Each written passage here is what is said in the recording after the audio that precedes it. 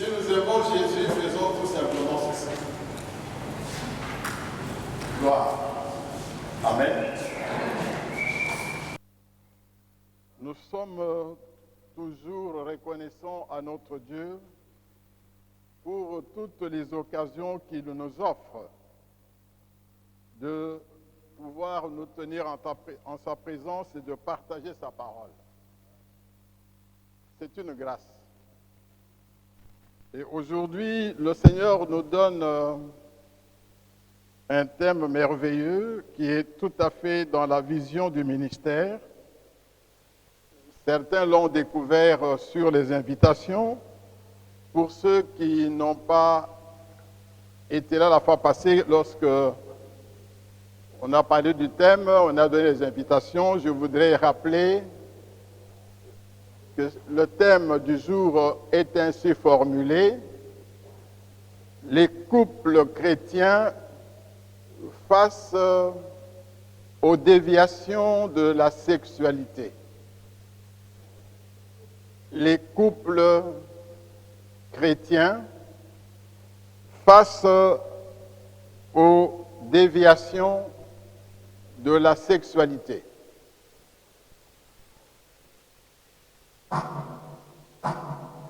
C'est le thème du jour. Et ce thème est naturellement tiré de la parole de Dieu. Dans la première lettre de Paul aux Corinthiens, 1 Corinthiens au chapitre 7, nous allons lire quelques versets. Nous lisons 1 Corinthiens chapitre 7, du verset 1 au verset 5, et ensuite les versets 8 et 9. 1 Corinthiens chapitre 7, versets 1 à 5 et versets 8 et 9. Nous lisons pour la gloire de Dieu. Pour ce qui concerne les choses au sujet desquelles vous m'avez écrit, je pense qu'il est bon pour l'homme de ne point toucher de femme. Toutefois, pour éviter la débauche, que chacun ait sa femme et que chaque femme ait son mari. Que le mari rende à sa femme ce qu'il lui doit et que la femme agisse de même envers son mari. Ce n'est pas la femme qui dispose de son corps, c'est son mari. De même, ce n'est pas le mari qui dispose de son corps, c'est sa femme.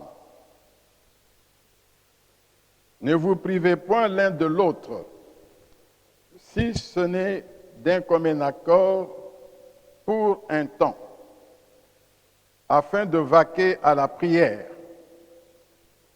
Puis, retournez ensemble de peur que Satan ne vous tente en raison de votre manque de maîtrise. Versets 8 et 9. À ceux qui ne sont pas mariés et aux veuves, je dis qu'il leur est bon de rester comme moi. Mais s'ils manquent de maîtrise d'eux-mêmes, qu'ils se marient, car il vaut mieux se marier que de brûler. Disons Amen. Bien-aimés, voici la parole sur base de laquelle Dieu nous a donné le message du jour. Ce message, nous allons le livrer en 4 points importants. 4.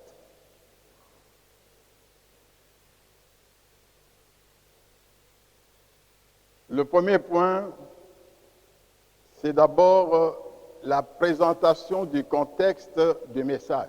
Quel est le contexte du message? Dans quel contexte se situe le message? C'est la première chose. Nous devons clarifier le contexte du message. Le deuxième point, le but du message. Quel est le but? Pourquoi ce message?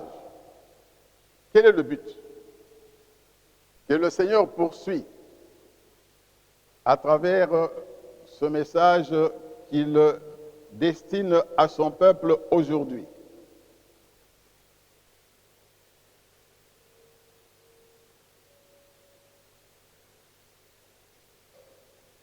Troisième point, qu'est-ce que nous entendons par sexualité et déviation de la sexualité? Qu'est-ce que nous entendons par là? C'est quoi la sexualité? C'est quoi les déviations de la sexualité?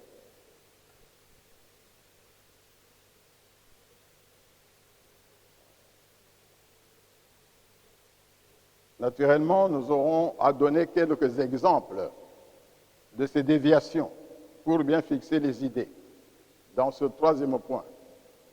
C'est que nous entendons par sexualité et les déviations de la sexualité.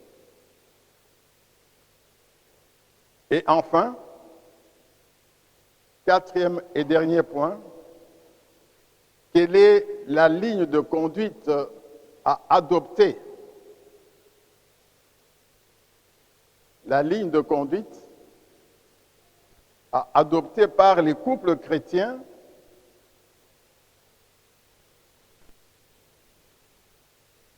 quelle est la ligne de conduite à adopter par les couples chrétiens pour une vie sexuelle réussie, une vie sexuelle épanouie.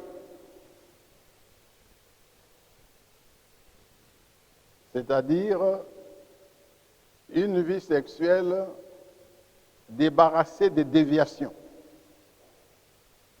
Donc, quelle est la ligne de conduite à suivre? Quelle est la ligne de conduite à adopter par le couple chrétien pour une vie sexuelle épanouie?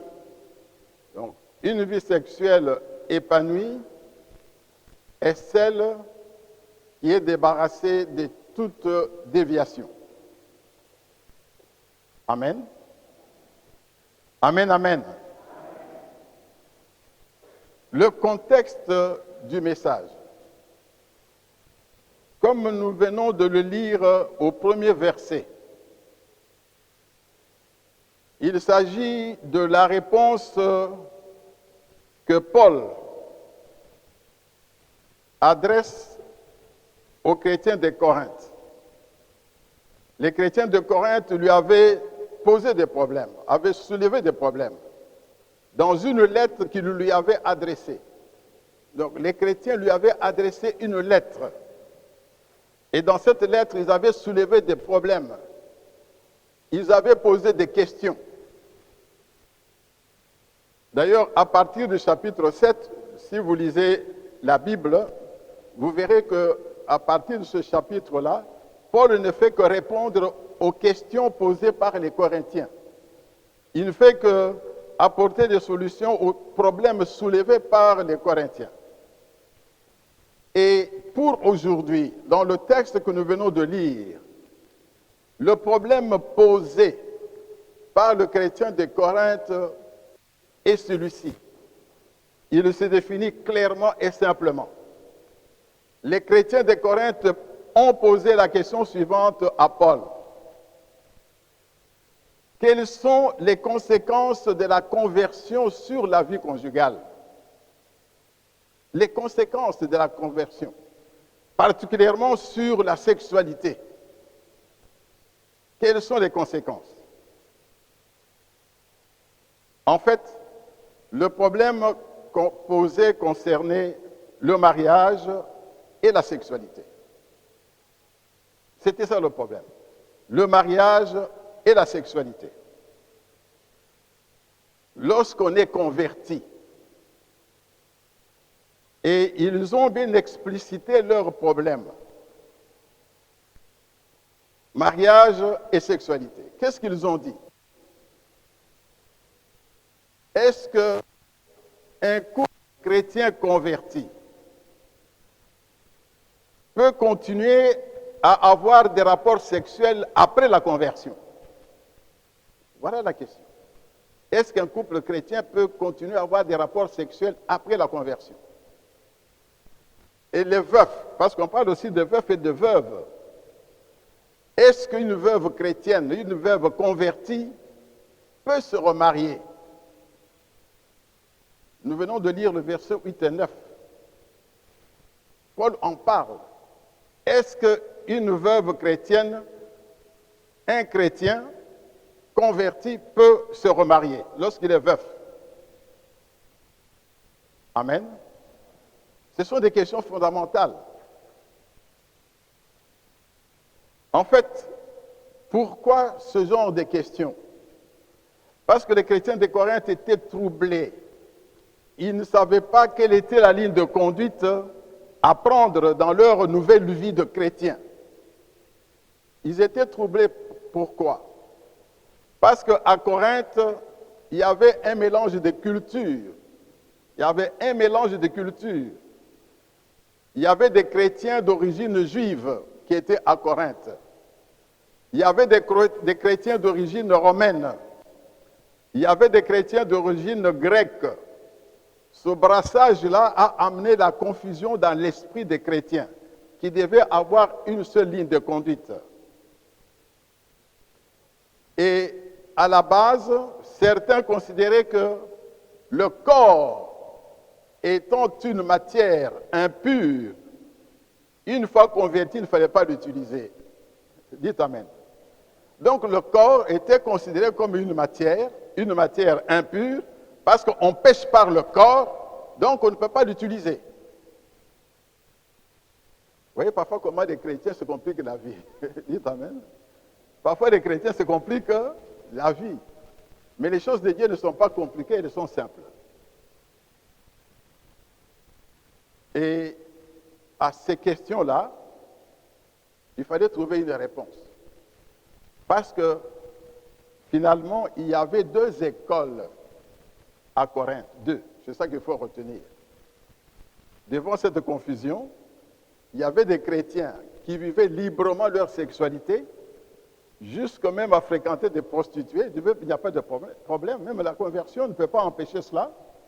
Et ceux qui ont lu cette lettre, ils savent que quelque part, l'apôtre Paul dit aux Corinthiens, il y a parmi vous une impudicité telle qu'on ne la rencontre même pas chez les païens, à tel point que l'un d'entre vous a la femme de son père.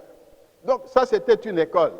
Il y avait des chrétiens qui disaient, non, non, non, pas de problème, on peut continuer dans le libertinage.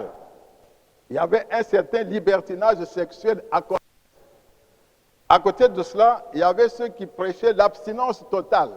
Donc, libertinage d'un côté, abstinence totale de l'autre côté, même dans le mariage. Donc, c'était ça le fond du problème. De quel côté faut-il aller? Vivre librement sa vie sexuelle, même dans le libertinage, comme certains le faisaient, fréquentant même des prostituées. Même un avait été dans l'inceste avec la femme de son père, ou bien refuser tout ce qui est rapport sexuel. L'abstinence totale. Et à ces préoccupations, Paul a apporté une réponse très claire, et c'est cette réponse-là que nous allons donner aujourd'hui. Dites Amen. Il a donné une ligne de conduite. Ni libertinage, ni abstinence. Parce que, j'anticipe un peu, que ce soit le libertinage, que ce soit l'abstinence totale, les deux sont des déviations. Dites Amen. Les deux sont des déviations. Deuxième chose, au regard de ce contexte, de ce que je viens de dire, quel est le but de ce message? Quel est le but? Qu'est-ce que nous poursuivons? Qu'est-ce que le Seigneur veut communiquer à son peuple à travers ce message? La première chose, le Seigneur veut mettre en lumière les déviations de la sexualité. Ça, c'est la première chose. Mettre en lumière les déviations de la sexualité qui sont la source, ou bien l'une des sources des souffrances dans la vie des couples et des foyers. Beaucoup de souffrances. Il y a beaucoup de couples mariés, de veufs et de veuves qui souffrent à cause de la sexualité.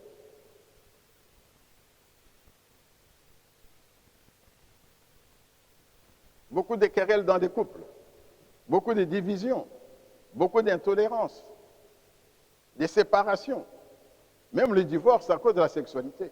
D'ailleurs, si vous allez dans beaucoup de couples, l'un des problèmes, c'est la sexualité, sous différentes formes.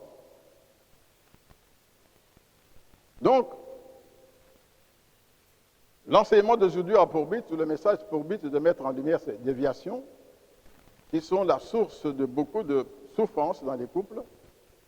Nous le mettons en lumière pour les dénoncer et ensuite montrer la ligne de conduite. Qu'est-ce que nous devons faire pour éviter ces déviations? Qu'est-ce que nous devons faire?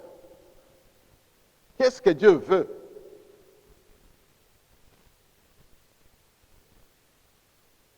En tant que couple chrétien, qu'ils soient fiancés, qu'ils soient mariés, qu'ils soient amputés, les veufs ou les veuves, quelle est la ligne de conduite? Qu'est-ce que le Seigneur veut? Dites Amen. Alors, qu'est-ce que nous entendons par sexualité? La sexualité, c'est quoi? Je voudrais d'abord préciser que tout ce que je vais vous donner très brièvement, c'est tout simplement pour vous permettre de bien travailler dans les ateliers, parce qu'on aura des ateliers tout à l'heure. Les quelques éléments que je vais vous donner vont vous permettre de faire un travail de fond dans les ateliers pour compléter ce qui sera donné selon l'inspiration que le Saint-Esprit va vous donner à travers les ateliers. Donc la sexualité, c'est quoi? La première chose, la sexualité, c'est une très bonne création de Dieu. Une très bonne. Quand nous lisons Genèse chapitre 1, verset 31, la Bible dit que Dieu a regardé tout ce qu'il avait créé, tout. Il a trouvé que c'était très bon. Dieu, ayant regardé tout ce qu'il avait créé, ce Genèse 1, 31, Dieu trouva, la Bible dit, Dieu trouva que c'était très bon. Or, c'est Dieu qui a créé le sexe. Dieu a créé l'homme et la femme. Donc, considérons que le sexe et la sexualité sont des très bonnes choses sorties des mains de Dieu. Disons Amen. Non seulement c'est une très bonne création de Dieu, mais c'est aussi un don merveilleux de Dieu à l'homme et à la femme. Un don, c'est un don. Dieu a fait don. Un don merveilleux de Dieu à l'homme et à la femme.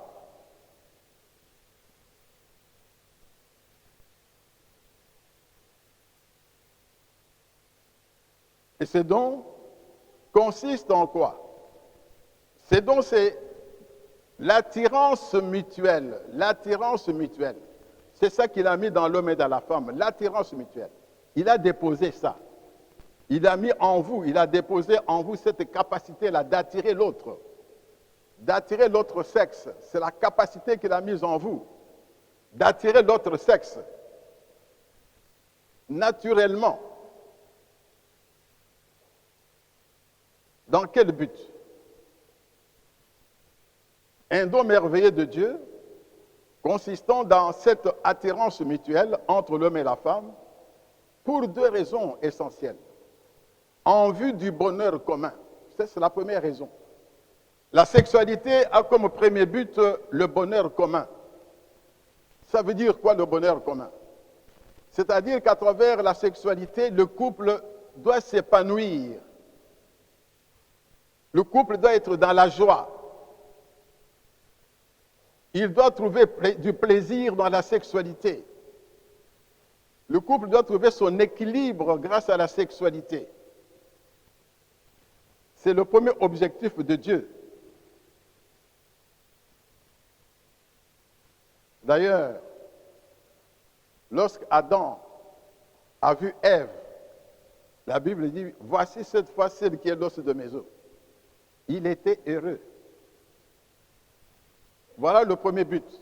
Le deuxième but, soyez féconds, multipliés. La procréation. La procréation.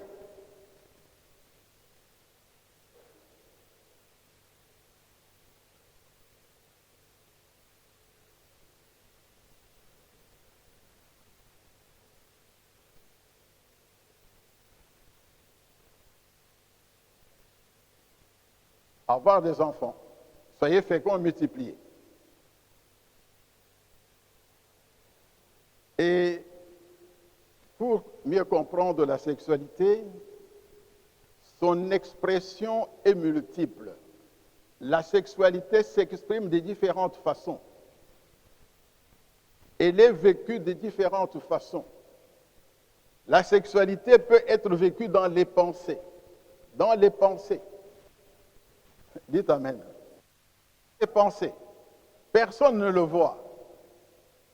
Je vais vous raconter une petite histoire. Personne ne le voit, mais elle est là. On peut vivre sainement la sexualité dans les pensées. Je vais vous raconter ce que quelqu'un a ressenti lorsqu'il a vu une jeune fille.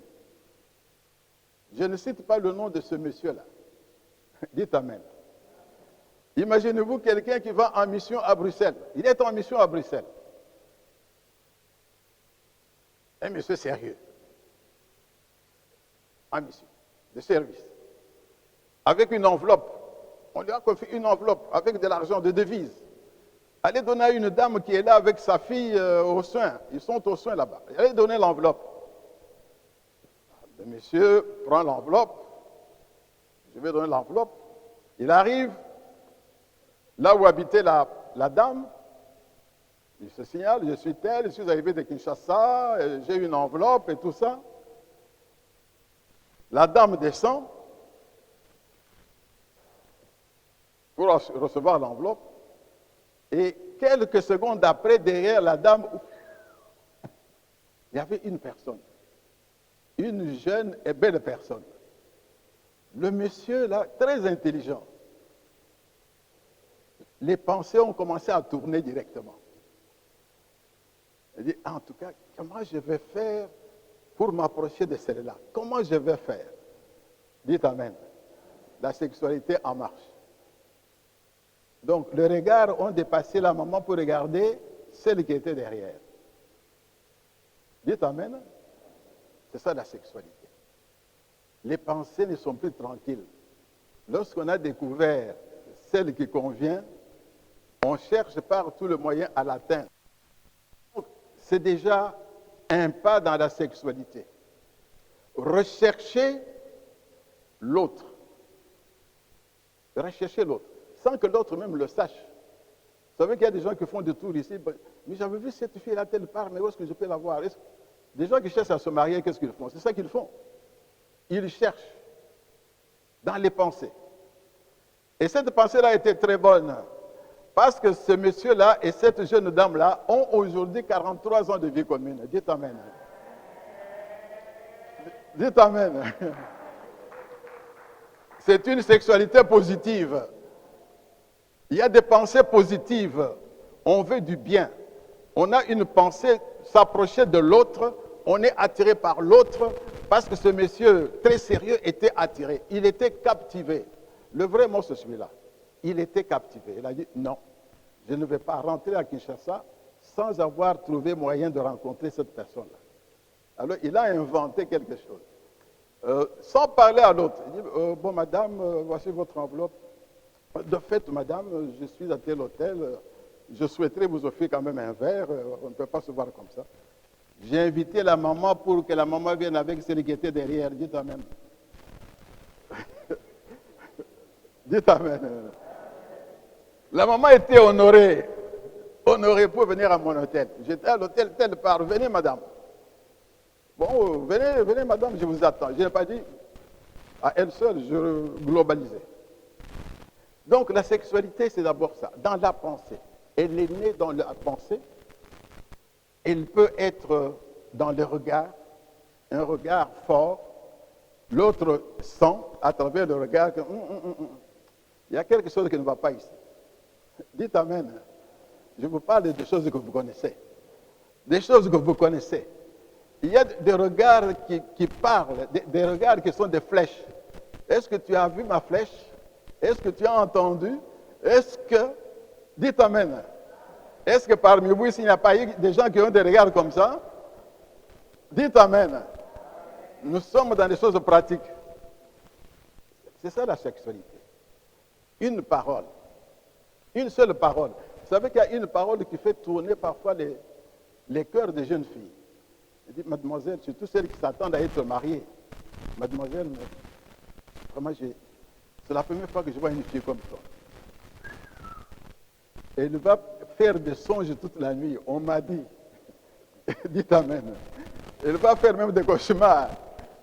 Tu sais, il m'a dit, tu connais ce monsieur-là? Il m'a dit qu'il n'a jamais vu quelqu'un comme moi. Ah! Dites amen. C'est ça la sexualité. Pas seulement pour les fiancés, mais pour les mariés aussi. Il y a des choses, on va y arriver tout à l'heure. Donc, sexualité par les pensées, les regards, les paroles, les gestes, les cadeaux que l'on fait. L'acte sexuel aussi, à travers un baiser, à travers embrassage. Il y a beaucoup de choses. Tout ça, c'est la sexualité. Il n'y a pas que l'acte sexuel. Dites amen. Pour le bonheur et pour la procréation. Les déviations de la sexualité, c'est quoi? Les déviations de la sexualité, c'est d'abord la compréhension de la sexualité ou la conception de la sexualité. Je vais expliquer. C'est la compréhension de la sexualité, c'est la conception de la sexualité,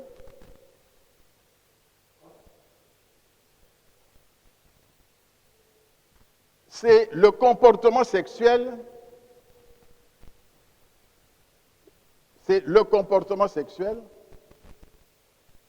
ce sont les pratiques sexuelles, il y a la compréhension, il y a le comportement, il y a les pratiques sexuelles qui n'honorent pas Dieu, qui sont contraires à la volonté de Dieu.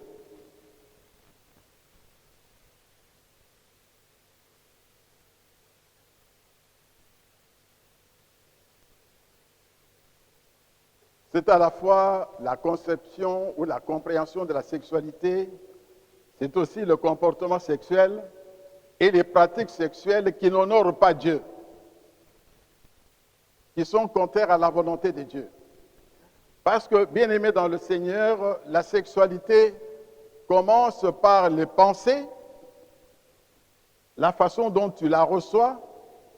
Cela te dicte un comportement, il y a un comportement qui découle de la pensée, et ensuite il y a une pratique. On fait quelque chose. Dites amen. Je vais donner des exemples tout à l'heure. Mais toutes les déviations de la sexualité, c'est toujours un mal mortel pour la vie de couple. Toute déviation est un mal mortel. Et les déviations de sexualité touchent les hommes comme les femmes sans distinction.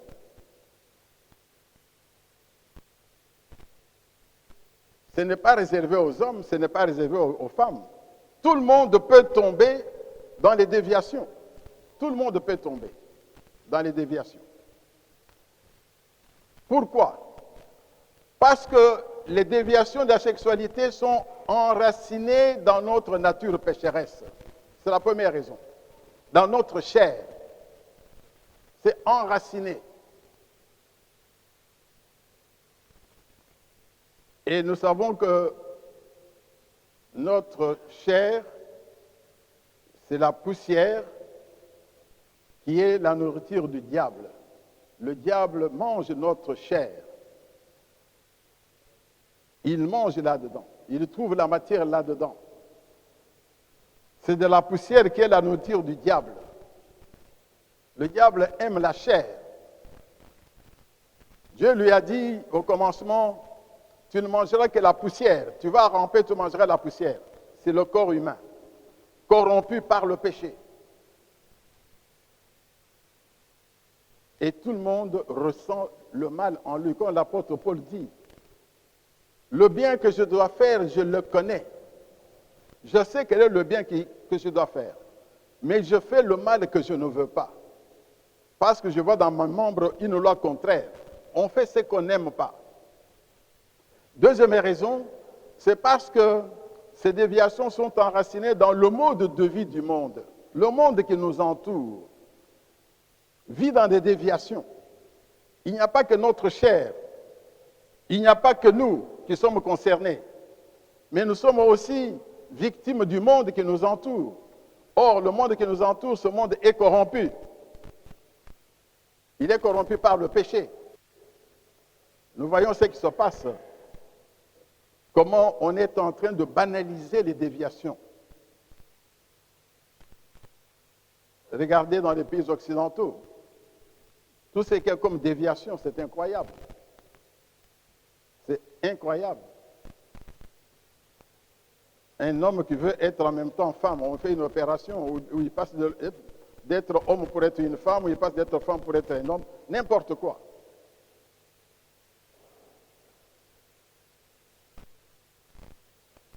C'est pourquoi, bien-aimés dans le Seigneur, je vais donner quelques exemples tout à l'heure. Quelqu'un comme Job, l'intègre Job, je vous donne cet exemple pour vous montrer combien c'est dangereux, combien il est parfois difficile de résister aux déviations de la sexualité. L'intègre Job, cet homme dont Dieu se vantait, pour résister, qu'est-ce qu'il écrit? Qu'est-ce qui est écrit dans Job, chapitre 31, verset 1er? Qu'est-ce qui est écrit? Job écrit ceci. J'avais fait un pacte avec mes yeux. Il avait fait un pacte avec ses yeux, afin de ne point regarder même une vierge. Afin de ne pas regarder même une vierge. En d'autres termes, Job a dit à ses yeux, toi là, fais attention, reste calme. Hein? Vous comprenez cela? Quand on dit un pacte c'est quoi? C'est un accord entre deux parties. C'est ça un pacte. C'est un accord entre deux parties. Il y avait la partie Job et la partie les yeux de Job. Et Job a dit à ses yeux, fais attention, moi je ne veux pas que toi tu regardes. Même une vierge, je ne veux pas que tu regardes. Et Job, quand il voyait une jolie personne, il regardait en l'air. Oui, papa Job, je voudrais te parler. Parle, ma fille, parle.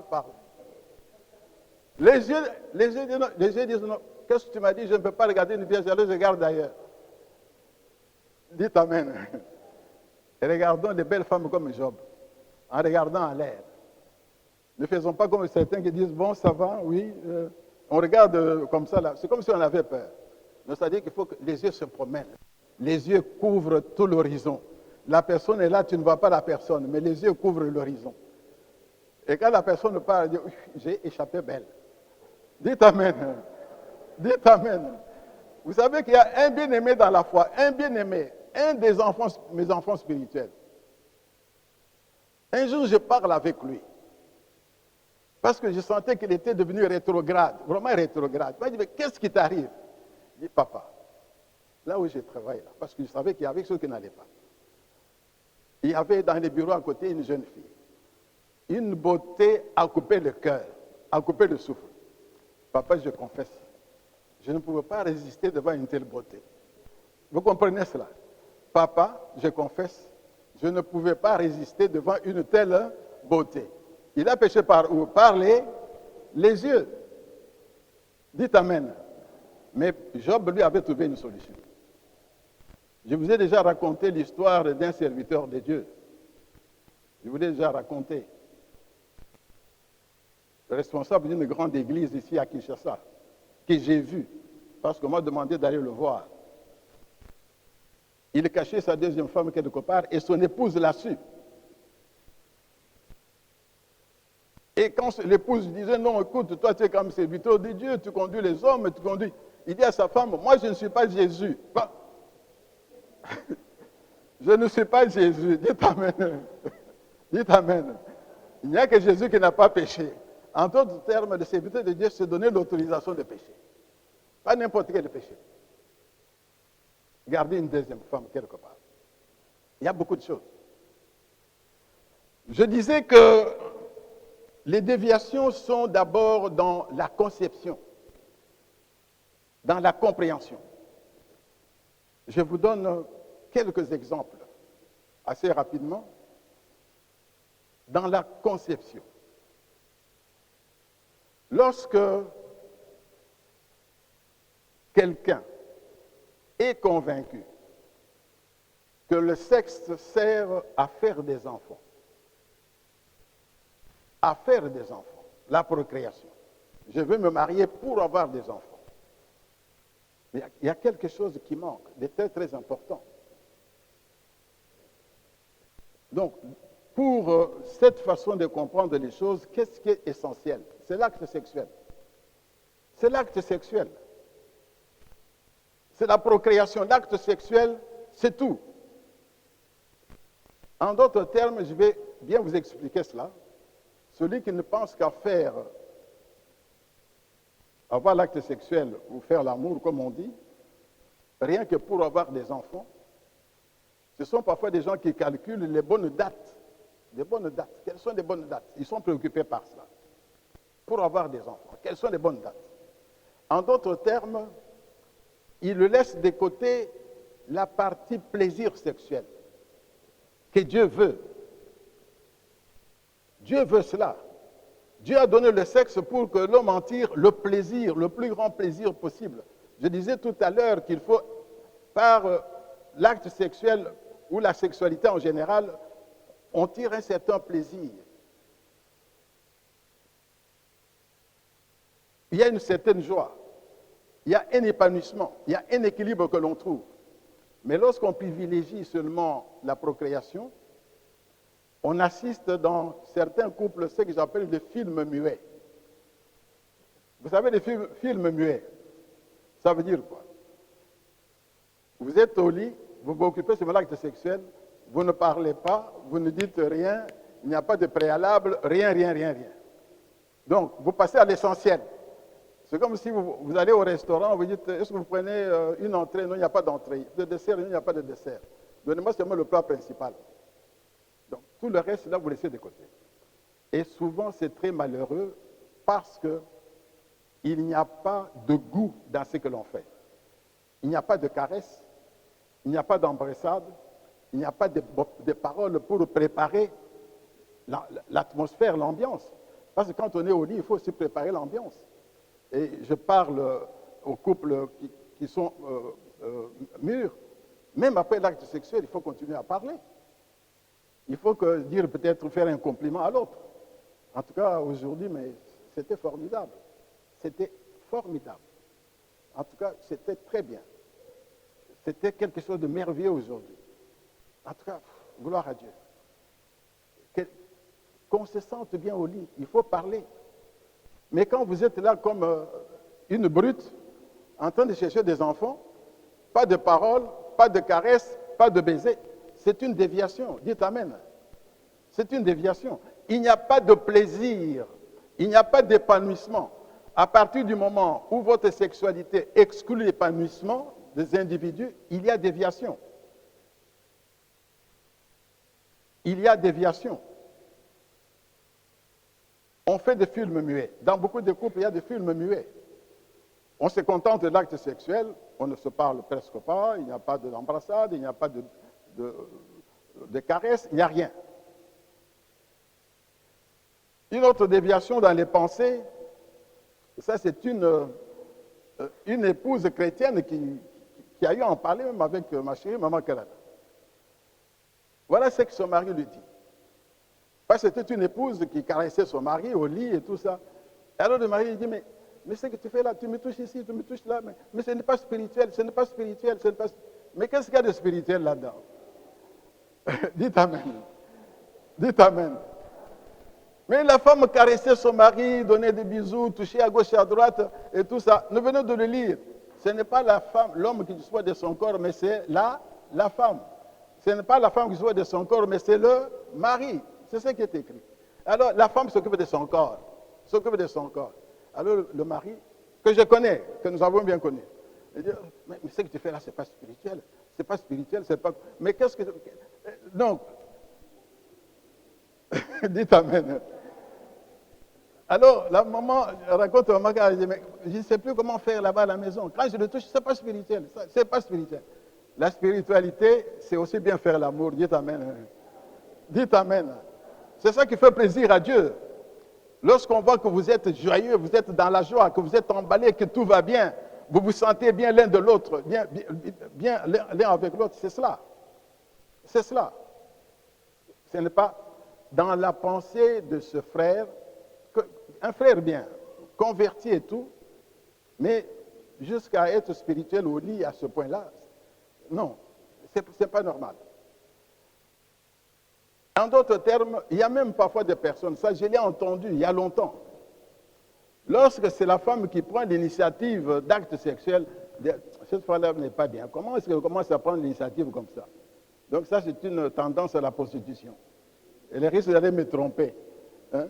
C'est elle maintenant qui commence à diriger les manœuvres. Non, non, non, non, non. Dites Amen. J'ai entendu ça. Donc, la femme n'a pas à prendre l'initiative. Quand tu commences à prendre l'initiative, tu dis, ça c'est dangereux ça. On ne sait jamais, peut-être qu'elle dirige les manœuvres ailleurs. Non, non, non, c'est à la maison. Donc, l'initiative de rapprochement sexuel doit être réservée à l'homme. Non. C'est celui qui sent, qui s'approche de l'autre. Dites Amen. Déviation. Une autre déviation, je vais dans la pensée, c'est le fait pour certains couples. Nous avons été dans une maison. Je ne vais pas beaucoup, il y a beaucoup de choses à dire. Il faut quand même qu'on fasse aussi des ateliers. On a été dans une maison. Le problème, c'était quoi? La femme va au lit assez tôt. Le mari reste au salon en train de s'exciter. Il s'excite comment?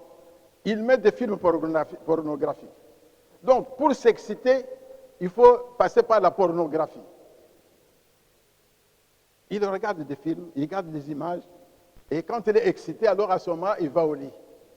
Et qu'est-ce qu'il va faire au lit? Mais il amène les démons. Les démons de la pornographie, les démons de la sexualité. C'est ça qu'il amène au lit.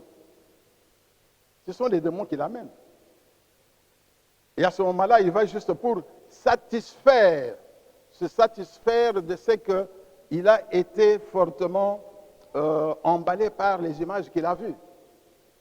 Nous étions dans une maison, ma chérie et moi. On a parlé avec le monsieur qu'on voulait amener au Seigneur. En fait, on était parti pour inviter le couple à l'AIFC. La sœur était très disposée, très bien, elle nous a parlé, elle dit, mais venez quand même parler à mon mari, je ne sais pas venir seul. On a été à la maison, on est resté longtemps. Le mari n'a pas nié. Voilà une pensée négative. On ne peut s'exciter que lorsqu'on a vu quelque chose qui excite. Mais vous devez vous exciter tous les deux. Dites Amen. Ce ne sont que des exemples. Dans le comportement, j'ai dit qu'il y avait des déviations dans le comportement. C'est par exemple quoi? Dans le comportement. Bien aimé, regardez comment certains hommes ou certaines femmes veulent se faire beaux ou belles. On veut se faire beau ou belle. Il y a beaucoup d'exemples. Vous savez, je suis fier de ce que je suis. Je ne comprends pas que certaines dames bien faites par Dieu. Elles sont bien faites par Dieu. Ou certains hommes, ils se mettent des produits pour être beaux. Est-ce que moi je ne suis pas beau? Dites-moi la vérité. Dites Amen. Dites Amen. Je suis beau. Avec mon teint là, je suis beau. Avec le teint que Dieu vous a donné, vous êtes beau. Mais pourquoi changer pour être beau? C'est une déviation. Il y a des hommes qui mettent des produits. Et parfois, quand vous regardez bien, il y a la figure, mais quand vous regardez le reste, c'est noir. Même parfois, les mains sont noires. Ça fait un dessin. Ce n'est pas possible. Pourquoi? C'est une déviation. On veut se faire beau ou belle. Pour qui? C'est ça la question. On se fait beau ou belle pour qui? Regardez combien des gens de ma génération. Moi, j'ai mes beaux cheveux blancs. Mais combien ont des cheveux blancs comme les miens? Ils passent le temps à mettre des produits pour être jeunes. Mais quand tu as vieilli, tu as vieilli. Même si tu mets ça, on regarde, on dit, ah, c'est déjà un vieux. Dites Amen. Tu peux mettre des produits comme tu veux, mais quand on s'approche, on dit, oh, regarde, il a déjà un ride là-bas, il a déjà un ride là-bas. Mais laissez tomber. Laissez tomber. Je vois beaucoup de collègues, certaines personnes, je ris, dans mon cœur, je dis, mais il n'a rien compris. La Bible dit, tu te lèveras devant les cheveux blancs. Dites Amen. Tu te lèveras devant les cheveux blancs. Tu honoreras la personne du vieillard. Quand j'arrive quelque part, partout je vais, papa, papa, on m'appelle papa. On me laisse passer, on me laisse la place. On me respecte. Et vous mettez du truc là-bas. Je ne sais même pas comment ça se fait. Il y en a parfois qui mettent ça mal. Le matin, on voit des traces ici devant. Dites Amen. Déviation. Pour être jeune, pour continuer à faire le... C'est comme ça qu'on trouve certains morts dans les hôtels. Je crois qu'il est encore jeune avec des cheveux noirs. Tout ça, on trouve son cadavre quelque part. Dites Amen. Il y a des cadavres. Il y a des cadavres à cause de ça. Comportement. Des bijoux. Moi, j'aime bien ma femme, a des bijoux, elle porte des bijoux. Mais de manière stricte. De manière stricte. Les bijoux sont bien. Ma femme a des bijoux, elle les porte de manière sélective. Il y en a qui portent des bijoux, mais ça crie. Ça. Oh. Une fois, j'ai reçu dans mon bureau une jeune femme très belle. Elle portait des bijoux, non. J'appelle ça une quincaillerie. Une quincaillerie. Est-ce que vous comprenez une quincaillerie? Les bras, à droite, à gauche. Elle venait là-bas, déjà, rien qu'en marchant, aux chevilles, ici, il y avait des bijoux. Les chevilles. Moi, j'étais assis là-bas derrière mon bureau. J'étais déjà converti. Hein. Ah, c'est quoi ça encore? Je viens voir... Vous avez besoin pour votre société, il y a ça et ça et ça. Même si je pouvais lui rendre service, rien que pour ça, je ne peux pas le faire. Je ne me sens pas possible. Mais rien que votre aspect extérieur montre la légèreté. C'est la légèreté. Vous voyez des hommes, regardez, j'ai ma bague, mon alliance. Vous voyez des hommes avec bague ici, bague là-bas, bague ici. Ça sert à quoi?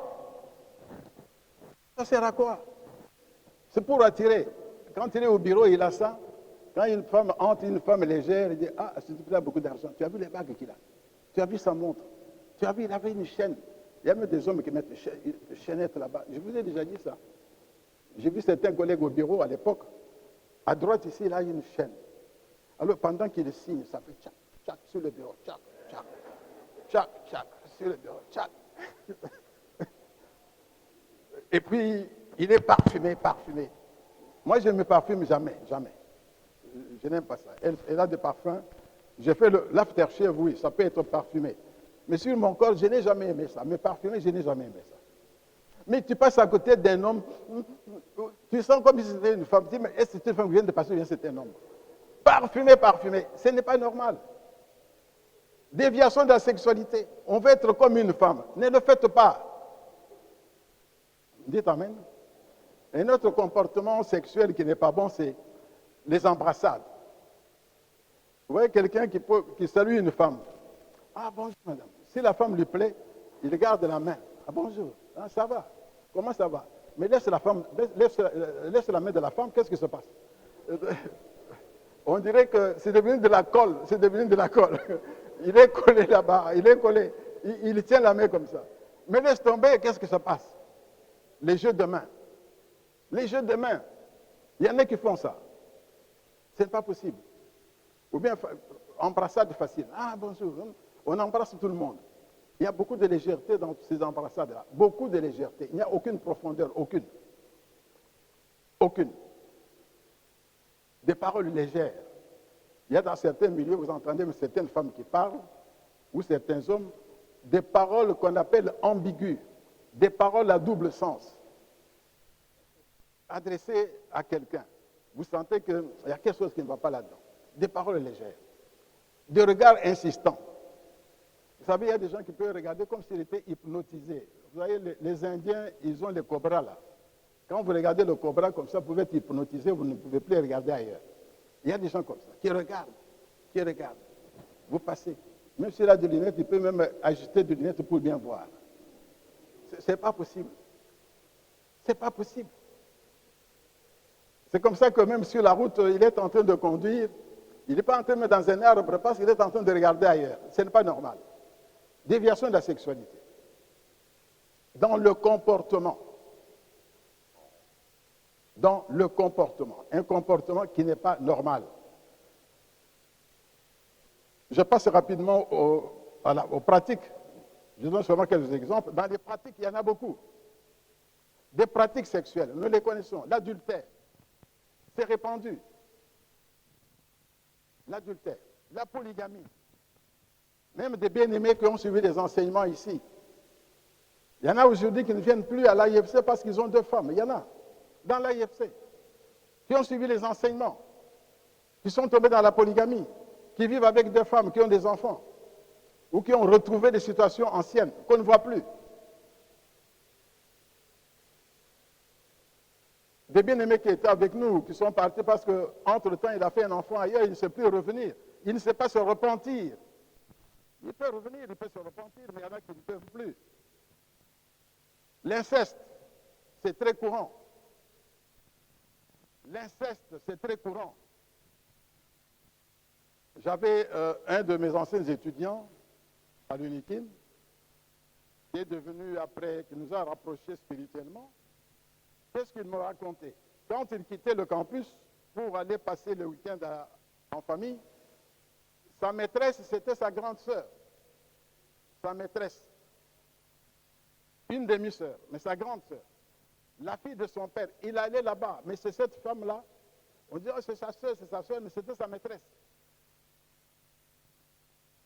Il y a beaucoup. L'inceste. Même l'échange de partenaires. Le viol. En fait, les actes sexuels forcés. On force l'acte sexuel. On ne demande pas. On impose l'acte sexuel. Il y a même des viols dans les couples. La masturbation. Il y a beaucoup de veufs, de veuves, même des hommes mariés, au lieu d'être avec leur femme, ils se masturbent. La masturbation. Parce qu'on a été délaissé pendant longtemps, on se masturbe. La masturbation. La sodomie. Au lieu de faire l'acte sexuel en utilisant le sexe, on passe par l'anus, on utilise des choses impossibles. L'homosexualité. Vous connaissez tous même des gens, je vois dans notre quartier, parmi les enfants des voisins, un qui est mort, un jeune qui n'était pas marié, il avait déjà plus de 30 ans, mort de sida, parce qu'il était homosexuel avec quelqu'un, le fils d'un homme très haut placé, qui est mort de sida aussi. Un homme que vous connaissez tous, son fils était sidéen. Il a ramassé des filles, il a ramassé des hommes. Et un des garçons dans notre quartier, 2 maisons plus loin, est mort de sida dans les années 90. L'homosexualité, lesbianisme. La liste est très longue. Donc tout ça, ce sont des déviations de la sexualité. vous êtes au lit, au lieu de prendre, vivre sexe, oh, vous devez me sucer le sexe. C'est quoi ça? Est-ce que Dieu a dit qu'on fait maintenant l'acte sexuel avec la langue? Non. Ce n'est pas ça, c'est une déviation. Oh, il faut me sucer. Il y a des gens qui font ça. Il faut me sucer. Tu sais quoi? Vous n'êtes pas une sucette quand même. Il n'y a pas de sucette à sucer. Donc, des choses pareilles. Il y a beaucoup de choses qui se font dans des couples qui sont indignes. C'est pourquoi, bien aimé dans le Seigneur, lorsque on est dans les déviations de la sexualité, souvent il y a deux choses. L'égoïsme. On peut prendre l'autre comme un jouet pour se satisfaire. Je suis avec mon homme, il me satisfait. Oui, je suis avec ma femme, je l'utilise. Et aussi le manque de considération. Dans les déviations de la sexualité, il y a souvent l'égoïsme et le manque de considération. Souvent. Alors que le Seigneur veut que ça soit partagé. Et c'est là où on a réellement le bonheur. On a le bonheur ensemble. Dans l'égoïsme, il n'y a pas de bonheur possible. Là où il n'y a pas de considération, il n'y a pas de bonheur possible. Avant de passer au quatrième point, je voudrais par exemple donner le cas de tous ceux qui passent du temps loin de sa famille, loin de sa femme, loin de son mari, des mois, même des années. Et l'autre reste dans le jeûne sexuel. Comme cette femme, le mari va chercher soi-disant de l'argent, il va un an et demi, et quand il vient, c'est juste pour engrosser la femme. Une fois qu'elle est grosse, c'est fini, il s'en va. Parce qu'il y a des gens qui estiment que, bon, on est là pour faire des enfants, elle est enceinte, elle n'a plus besoin de rien. Et puis il s'en va. Et vous voyez cette femme-là qui a même 6 enfants. Mais son mari est très peu visible, mais là, il passe un mois enfant, il part. Il vient une année après, une année et demie après. Il fait 3 semaines, un enfant, il part. Et au bout de quelques 8 ans, 9 ans, vous arrivez dans la maison, il y a 6 enfants. Mais quand vous arrivez à la maison, vous ne voyez jamais le mari. Ah, il était parti, il est venu, il a fait un mois, il est parti. Et quand il part, vous voyez la femme qui est enceinte. Et puis il disparaît. 2 ans après, il vient. Il reste 6 semaines. Il s'en va. La femme reste, elle est enceinte. Elle va accoucher. Dites Amen. Alors, quel est le chemin à suivre? Quel est le chemin à suivre? Nous terminons par là. Pour qu'on passe aux ateliers. Le chemin nous est donné par les textes d'aujourd'hui. Je vais lire 4 versets et donner le chemin. Dans 1 Corinthiens 7.2, 1 Corinthiens 7.2, il est écrit, « Toutefois, pour éviter la débauche, que chacun ait sa femme et que chaque femme ait son mari. » Qu'est-ce que cela veut nous dire? Ça veut dire 2 choses. La première, le désir sexuel est normal et naturel. Dieu a pourvu au cadre pour son accomplissement qui est le mariage. C'est la première chose. Le désir sexuel est normal. La Bible n'exclut pas le désir sexuel. C'est une chose normale. Dieu a voulu cela.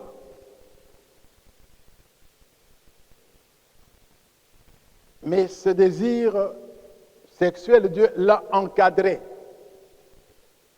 Et le cadre, c'est le mariage. Que vous soyez fiancé, marié, veuf ou veuve, la première chose, le désir sexuel, Dieu le veut dans le mariage. toujours dans ce verset, qu'est-ce que Dieu nous dit? Usez des mariages monogamiques. Monogamiques. C'est ça la ligne de conduite. Chaque homme a sa femme et chaque femme a son mari. C'est cela. Mariage monogamique qui exclut la polygamie, qui exclut la polyandrie. Donc, rien que ce verset-là, ça limite déjà les déviations.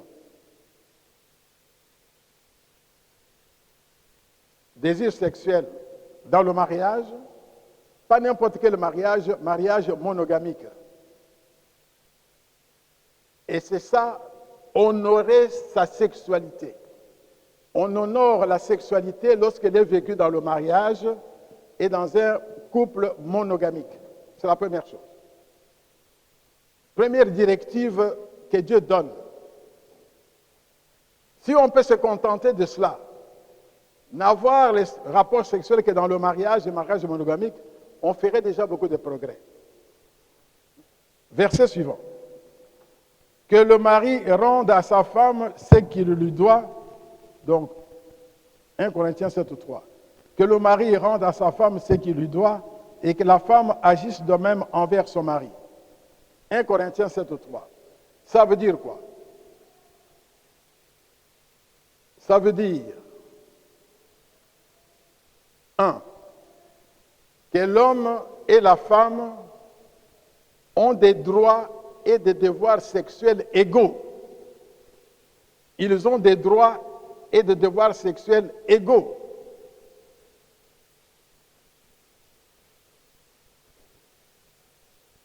Il n'y a pas un qui a plus de droits que l'autre. Il n'y a pas un qui a plus de devoirs que l'autre. Parce qu'on dit que l'homme rende à sa femme ce qu'il lui doit, que la femme fasse de même envers son mari.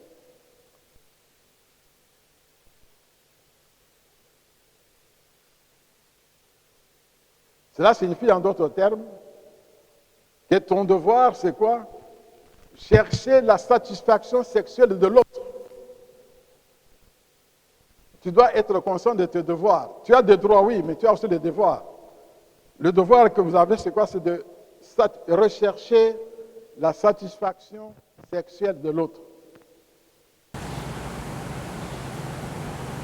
Si nous suivons cette règle d'égalité, c'est une règle d'égalité de l'homme et la femme dans les rapports sexuels. Personne ne peut avoir la domination sur lui. On a les mêmes devoirs et les mêmes devoirs. Donc, nous devons satisfaire l'autre dans ses droits, qui sont mes devoirs. Quatrième verset, 1 Corinthiens 7:4, ce n'est pas la femme qui dispose de son mari, de son corps, c'est son mari. De même, ce n'est pas le mari qui dispose de son corps, c'est sa femme.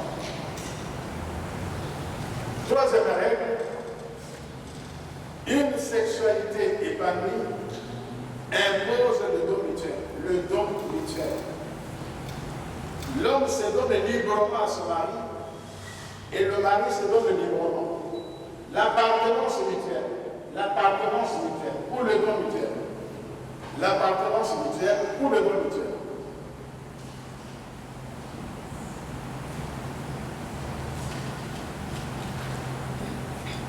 Indispensable. Je te donne mon corps, c'est pour toi. Alors, parce que tu as déjà donné ton corps à ton mari, tu as donné ton corps à ta femme, tu ne peux plus le donner à quelqu'un d'autre, ni ta mère. Parce que tu as fait don de ton corps à ta femme, pour un veuf, une veuve, leur corps, ils l'ont donné à Dieu. S'ils ne se remarient pas, comme nous l'avons dit, c'est dans le mariage, ils peuvent se remarier, mais s'ils ne se remarient pas, leur corps, c'est un don fait à Dieu. Et pour les couples mariés, le corps de l'homme est un don fait à la femme, et le corps de la femme, c'est un don fait à l'homme. Si nous sommes des dons mutuels, il n'y a plus de négociation. Négociation nocturne, vous savez, des couples qui négocient. Vous voyez, tu sais que tu m'as fait la journée, tu étais méchant, ce n'est pas possible. Mais qu'est-ce que tu cherches? On commence à faire des recherches la nuit. Ce n'est pas comme ça. On fait des recherches dans les laboratoires. Là-bas, il y a des laboratoires. Donc, principe très important qui peut permettre une sexualité vraiment épanouie. Verset 5. Ne vous privez point l'un de l'autre, si ce n'est d'un commun accord, pour un temps, afin de vaquer à la prière, puis retourner ensemble, de peur que Satan ne vous tente en raison de votre manque de maîtrise. Cela signifie deux choses importantes, bien aimés.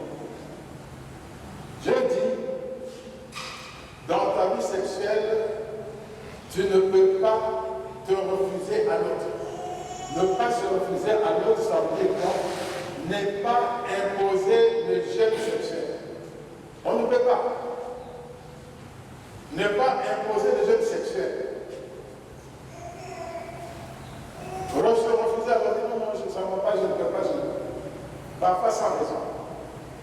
Fatigué, je suis fatigué, je suis fatigué, je suis fatigué. Un jour, deux jours, une semaine, 3 jours, 4 jours. Les fois, les médecins, si tu es fatigué. Ce n'est pas possible. Donc, le chemin à suivre, c'est de ne jamais imposer le jeûne sexuel à l'autre. Et deuxième chose, la sexualité a besoin d'un temps de prière. Il faut prier. Il faut qu'il y ait un temps pour la prière. Et là, je vais vous dire pourquoi.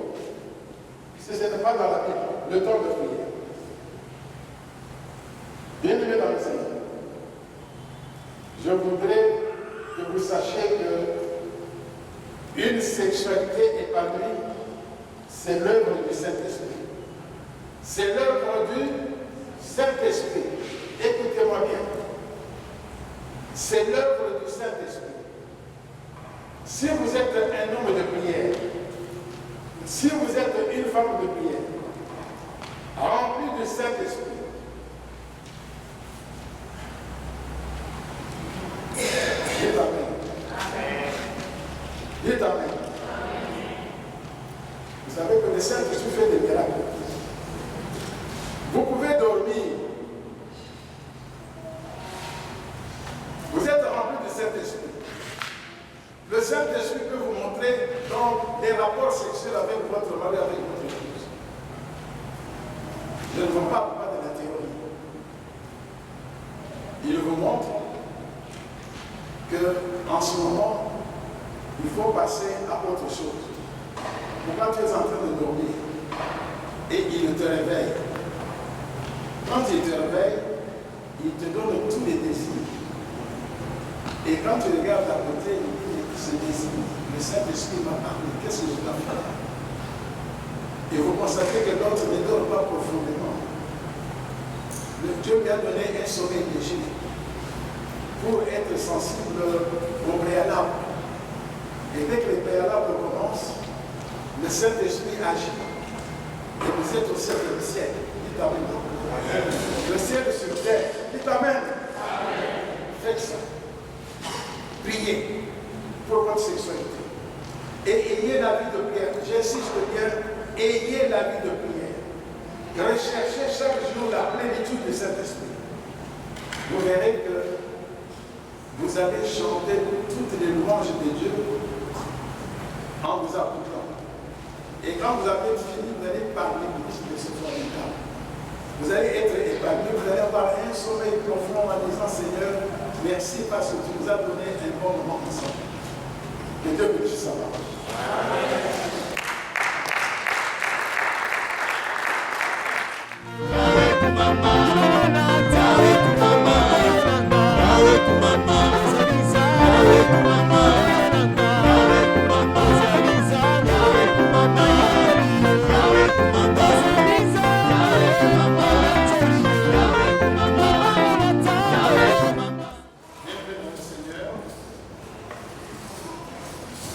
suis reconnaissant à Dieu pour toutes les réponses qui ont été données. Alors, je voudrais dire trois choses. La première, il n'y a pas une seule dimension de la vie de couple, pas une seule, qui n'a pas d'impact sur la sexualité. Tous les aspects, je dis bien tous les aspects. Si vous regardez tout ce qui vient d'autre dit, que ce soit la vie interne du couple, les relations au sein du couple, que ce soit en matière d'argent, en matière de cadeaux, en matière d'éducation des enfants, la façon d'accueillir les personnes à la maison, l'hospitalité, que ce soit le respect mutuel, la considération mutuelle, les paroles que l'on prononce, les cadeaux que l'on fait ou qu'on ne fait pas, le manque d'attention ou l'attention qu'on peut avoir, relation avec l'extérieur, avec la famille élargie, avec les amis, relations professionnelles, la vie professionnelle, tout a un impact sur la vie sexuelle, tout. Alors, quelle est la solution? La solution, c'est la recherche constante de l'harmonie conjugale. Recherche constante. Bien-aimés dans le Seigneur, ce n'est pas facile. Et cette recherche constante de l'harmonie conjugale n'est possible que dans la crainte de Dieu. Retenez cela, bien-aimés. Cet exercice que nous avons fait, vous avez donné beaucoup d'exemples. J'ai béni Maman Koupa, qui vient de parler la dernière. Il y a une dimension très importante dans l'harmonie, dans la sexualité. Nous avons parlé du don de soi. Ça veut dire quoi? Il faut rechercher dans la prière, j'insiste, que Dieu vous donne beaucoup d'amour pour l'autre. Je répète, demandez à Dieu qu'il vous donne beaucoup d'amour pour l'autre. La Bible déclare que l'amour couvre beaucoup de... Vous ne verrez pas le négatif, vous verrez le moins possible le négatif de l'autre. Même les fatigues de l'autre, même les saletés de l'autre. Vous n'allez pas réparer cela, corriger cela dans la brutalité. Vous trouverez les mots pour corriger ce qui ne va pas. Les saletés, là, on peut les corriger. Les fatigues, là, on peut le comprendre. On peut devenir patient. Cherchez l'harmonie dans la crainte de Dieu. Demandez à Dieu. C'est pour ça que j'ai insisté sur le Saint-Esprit. Le Saint-Esprit, l'Esprit d'amour. Si vous recherchez, Seigneur, donne-moi beaucoup d'amour pour mon mari. Donne-moi beaucoup d'amour pour ma femme. Vous sentirez que vous allez être freiné dans certaines réactions. Vous allez être freiné dans beaucoup de choses que vous pouviez faire autrement, brutalement. Et vous allez le faire de manière douce. Ou vous allez patienter. Je disais ce que Maman Coupe vient de dire. Mais les maladies, il y en a de différentes sortes et à tous les âges. Il y a des personnes qui réellement ont fait don de leur corps à l'autre, même si l'autre est malade 1 an, 2 ans, 3 ans, 4 ans, se garde parce que le corps ne lui appartient pas. Et ce qu'elle a donné comme témoignage, on en a déjà entendu chez d'autres. Mais à l'inverse, il y a des personnes qui ne supportent pas, qui n'attendent pas, qui n'ont pas le temps d'attendre 1 an, 2 ans, c'est trop. Ah, moi, je ne sais pas, c'était comme ça avec lui, maintenant il est malade ou elle est malade, qu'est-ce que moi je peux faire? Donc, je répète ce que j'ai dit, il n'y a pas une seule dimension de la vie qui n'ait pas d'impact sur la vie sexuelle. Tout. Une parole, refus de donner de l'argent, on n'a pas mangé, oh, les enfants, on ne s'entend pas sur l'éducation des enfants, oh, il ne s'est pas payé le Minerval, on a mal accueilli ma mère à la maison, on devait aller voir les parents qui étaient malades, et la belle-sœur, des amis, le travail, tout. Donc, il faut rechercher l'harmonie, il faut rechercher, je dis bien rechercher, dans la crainte de Dieu et demander à Dieu de donner beaucoup d'amour pour l'autre. Il faut demander cela. Il faut renouveler l'amour. Parce que ça peut diminuer avec le temps. Mais si vous êtes rempli de Saint-Esprit, je dis bien rempli de Saint-Esprit, vous verrez que beaucoup de choses qui risquaient de mettre en danger votre vie sexuelle, votre sexualité, ça va s'aplanir. La crainte de Dieu pour l'harmonie conjugale et l'amour pour l'autre. Amen.